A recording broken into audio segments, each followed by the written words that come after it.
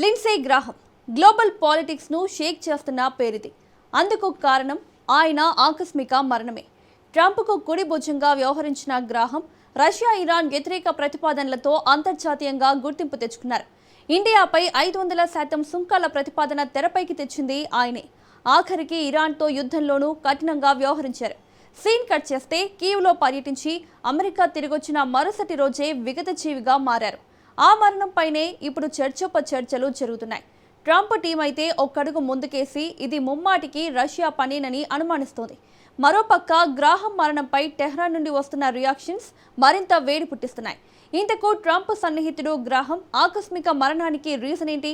ఆయనపై నిజంగా slow పాయిజన్ను ప్రయోగించారా? Kyiv పర్యటనలోనే Graham ఎలిమినేషన్కు sketch వేశారా? Let's watch. లిండ్సే గ్రాహం ఆకస్మిక మరణం, రష్యాపై అనుమానాలు.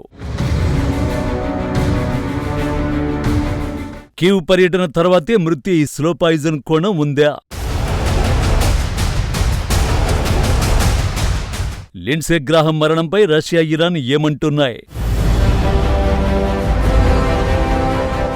అమెరికా రక్షణ విదేశాంగ విధానంలో చక్రం తిప్పిన లిండ్సే గ్రాహం ఆకస్మిక మరణం వాషింగ్టన్ వర్గాలను ఉలిక్కిపడేలా చేసింది. ప్రాథమికంగా దీనిని సహజ మరణంగా చెబుతున్నప్పటికీ ఆయన చనిపోయిన సమయం, దానికి ముందు ఆయన జరిపిన రహస్య సమావేశాలు ఇప్పుడు అనేక అనుమానాలకు తావిస్తున్నాయి. ఒక సీనియర్ సెనేటర్ అనుమానాస్పద స్థితిలో కనుమూయడం వెనుక అమెరికా అంతర్గత భద్రతా లోపాలున్నాయనే ప్రశ్నలు రేకెత్తుతున్నాయి. లిండ్సే గ్రాహం మరణ వార్త రాగానే ట్రంప్ తన కోర్ టీంతో అత్యవసర సమావేశాన్ని ఏర్పాటు చేశారు. ట్రంప్ క్యాంపు నుండి వస్తున్న లీకుల ప్రకారం ఈ మరణం వెనుక డీప్ స్టేట్ హస్తముందా అనే కోణంలో దర్యాప్తుకు ఆదేశించినట్లు తెలుస్తోంది. గ్రాహం గతంలో ట్రంప్కు అత్యంత సన్నిహితుడిగా ఉంటూనే కొన్ని అంతర్జాతీయ వ్యవహారాల్లో భిన్నమైన గొంతు వినిపించారు. ఈ నేపథ్యంలో డొనాల్డ్ ట్రంప్ టీం ఈ మరణాన్ని చాలా సీరియస్ గా తీసుకుంటోంది. అమెరికాను అస్థిరపరిచేందుకు శత్రుదేశాలు పన్నిన వ్యూహమా ఇది అనే అనుమానాలు వారు తోసిపుచ్చడం లేదు. ఆయనపై రష్యా విషప్రయోగం చేసిందని బహిరంగంగానే ఆరోపిస్తున్నారు.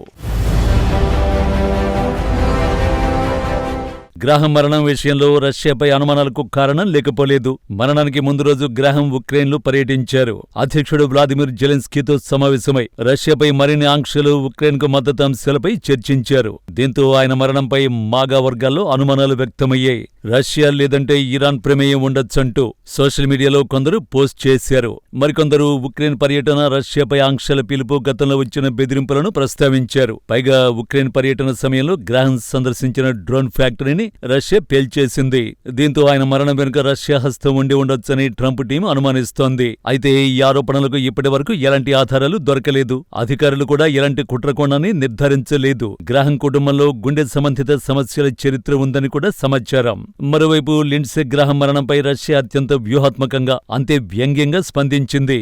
ఉక్రెయిన్ యుద్ధంలో రష్యాను నాశనం చేయాలంటూ గతంలో తీవ్ర వ్యాఖ్యలు చేసిన గ్రాహం మరణాన్ని రష్యా మీడియా ఒక కర్మఫలంగా అభివర్ణించింది. క్రెమ్లిన్ వర్గాలు అధికారికంగా సంతాపం ప్రకటిస్తూనే అమెరికా తన అంతర్గత రాజకీయ సంక్షోభాన్ని, నేతలపై వస్తున్న ఒత్తిడిని కప్పిపుచ్చుకోవడానికే ఇతరులపై నిందలేస్తోంది అంటూ ఎదురుదాడికి దిగింది. ఈ మరణం వెనుక రష్యా ఇంటెలిజెన్స్, FSB ఉందన్న అమెరికా ఆరోపణలను మాస్కో తీవ్రంగా ఖండించింది. మరోవైపు గ్రాహం మరణంపై ఇరాన్ రాజధాని టెహ్రాన్ నుండి వస్తున్న రియాక్షన్స్ మరింత వేడిని పుట్టిస్తున్నాయి. మిడిల్ ఈస్ట్ లో ఇరాన్ అనుకూల శక్తులపై అమెరికా దాడుల్ని లిండ్సే గ్రాహం నిరంతరం సమర్థించేవారు. ఇరాన్ అణుశక్తి కేంద్రాలపై బాంబులు వేయాలని కూడా ఆయన గతంలో పిలుపునిచ్చారు. ఈ నేపథ్యంలోనే టెహ్రాన్ తీవ్రంగా స్పందించింది. యుద్ధోన్మాది, ఇరాన్ వ్యతిరేకి అయిన అమెరికా సెనేటర్ గ్రాహం నరకానికి పోయినందుకు ఇరాన్ ప్రజలకు అభినందనలు అని అక్కడి న్యూస్ యాంకర్ లైవ్ లోనే అధికారికంగా ప్రకటించారు. గ్రాహం మరణాన్ని ఒక సాధారణ వార్తలా కాకుండా తాము సాధించిన ఒక సైద్ధాంతిక విజయంగా ఇరాన్ మీడియా ప్రొజెక్ట్ చేస్తోంది. ఇరాన్ సైన్యానికి చెందిన ఇస్లామిక్ రెవల్యూషనరీ గార్డ్ కార్ప్స్ నిఘా వర్గాలు దీనిని అమెరికా సామ్రాజ్యవాద పత్రానికి సంకేతంగా అభివర్ణించాయి. ఇరాన్ ప్రభుత్వం ఈ మరణాన్ని తమ దేశానికి వ్యతిరేకంగా అమెరికా, ఇజ్రాయెల్ కూటమి పన్నుతున్న వ్యూహాలకు తగిలిన దెబ్బగా అభివర్ణిస్తోంది. దీంతో ఇరాన్ నిఘా సంస్థలు ఏమైనా పక్క ప్లాన్తో ఈ ఆపరేషన్ చేశాయా అనే అనుమానాలు వ్యక్తమవుతున్నాయి.